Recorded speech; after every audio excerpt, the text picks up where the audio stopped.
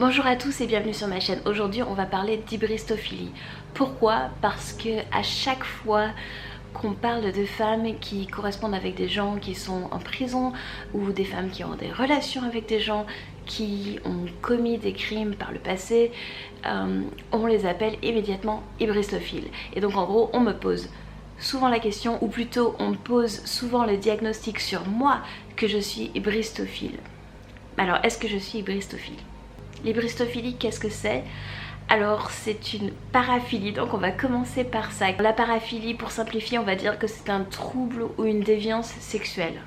Alors évidemment c'est très vague et c'est parfois difficile de faire la distinction entre ce qui est une paraphilie, ce qui est un fantasme normal. On pourrait considérer que le sadomasochisme c'est une paraphilie. La paraphilie, d'après le DSM-4, ça implique souvent des objets inanimés, de la souffrance donc chez soi ou chez la personne avec qui on est. Donc c'est pour ça que je parlais de sadomasochisme un peu plus tôt. Ou bien des enfants ou des personnes non consentantes.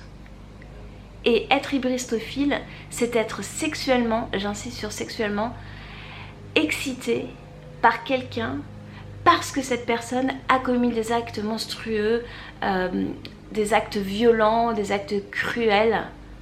Et c'est souvent pour ça qu'on associe les femmes qui écrivent à des gens qui sont en prison à l'hybristophilie, parce qu'on se dit elles écrivent à des meurtriers, à des gens qui ont commis des crimes violents, et donc elles ont forcément un problème. C'est la première idée. Et la deuxième idée, c'est que ça doit être une maladie, ça doit être une attirance sexuelle. Je pense que quelque part ça les rassure parce qu'ils se disent ça ne pourrait pas m'arriver à moi.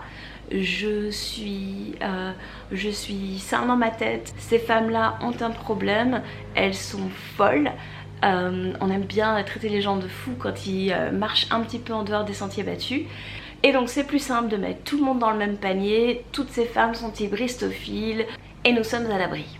J'imagine que c'est très rassurant de penser comme ça, mais c'est évidemment pas du tout réaliste.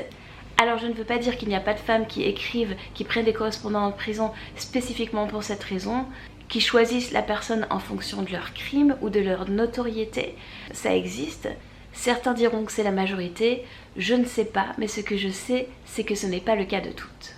Alors je répète, l'hybristophilie, c'est l'excitation sexuelle provoquée par la violence des actes commis, par la violence dont la personne est capable. Donc c'est ça l'hybristophilie. Et donc pour moi c'est hyper important, et de toute façon c'est nécessaire de faire une différence entre les gens qui sont attirés sexuellement par quelqu'un parce qu'il est en prison, parce qu'il a commis des actes affreux par le passé, et des gens qui sont amoureux de quelqu'un qui malheureusement se trouve en prison. Je sais pas si ma phrase a fait suffisamment ressortir la nuance entre le fait qu'on puisse être avec quelqu'un parce que cette personne est en prison et le fait qu'on soit avec quelqu'un malgré que cette personne soit en prison. J'espère que c'est plus clair. Alors je me suis dit que pour appuyer un petit peu mon propos, j'allais utiliser l'exemple de deux hybristophiles connus qui, en plus d'avoir été excitées par la perversité et la violence des hommes dont elles étaient amoureuses, sont même allées jusqu'à participer à leurs crimes. Alors, mon premier exemple se situe dans les années 60 en Angleterre et c'est Myra Hindley. Myra Hindley, elle rencontre Ian Brady, tombe amoureuse. Assez rapidement après qu'ils commencent à se fréquenter, il lui parle de commettre le crime parfait.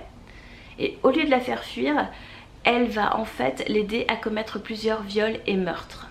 Ensemble, ils seront plus tard connus comme les Morse Murderers et ils ont tué 5 enfants. Mon deuxième exemple se passe au Canada dans les années 90. C'est Karla Homolka qui tombe amoureuse de Paul Bernardo qui à l'époque est déjà un violeur en série. Alors eux, avant même d'être mariés, ils vont déjà commettre un crime qui est absolument mind-blowing. Karla n'était plus vierge quand ils se sont rencontrés et ça dérangeait pas mal Paul. En tout cas, il utilisait ça en levier pour la manipuler. Et ce qu'elle va faire, c'est qu'elle va lui apporter sa petite sœur Tammy qui a 15 ans, qui elle est toujours vierge, en cadeau. Je précise donc qu'elle veut lui offrir la virginité de sa petite sœur. Elle pense que sa petite sœur aime bien Paul, mais la petite sœur n'est pas au courant. Le couple va droguer Tammy. Paul va aussi demander à ce que Karla participe au viol de sa petite sœur avec lui. Malheureusement, avec tout ce qu'elle a ingéré et tout ce avec quoi elle a été droguée, Tammy va s'étouffer et mourir. Ça ne perturbe pas Carla plus que ça, on a même d'ailleurs des preuves, puisqu'ils se sont filmés pendant certains crimes, que tout cela l'excitait sexuellement. C'était beaucoup de jeux sexuels pour eux. Et c'est un modèle qui va continuer pour les autres meurtres. En fait, Carla, elle va être un peu la rabatteuse, trouver des jeunes filles, présenter des jeunes filles à Paul, et ensemble, ils vont droguer, violer et tuer leurs victimes. Alors Mira Hindley et Karla Homolka sont des cas extrêmes d'hybristophiles puisqu'elles sont en plus passées à l'acte et ont commis des crimes avec leur partenaire.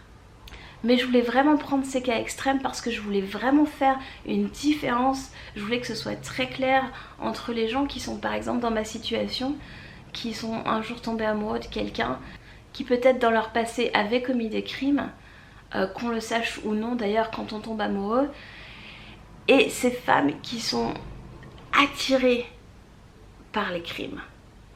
J'espère que les choses sont un peu plus claires et que la prochaine fois que vous serez tenté d'utiliser le mot hybristophile quand vous entendrez une histoire comme la mienne, vous repenserez à tout ça et vous vous direz c'est peut-être quand même un petit peu différent. Et je pense que de manière générale, c'est plutôt sain de ne pas tirer de conclusions trop hâtives. Voilà, j'espère que ça aurait été instructif, éventuellement un petit peu divertissant et je vous dis à bientôt dans une prochaine vidéo.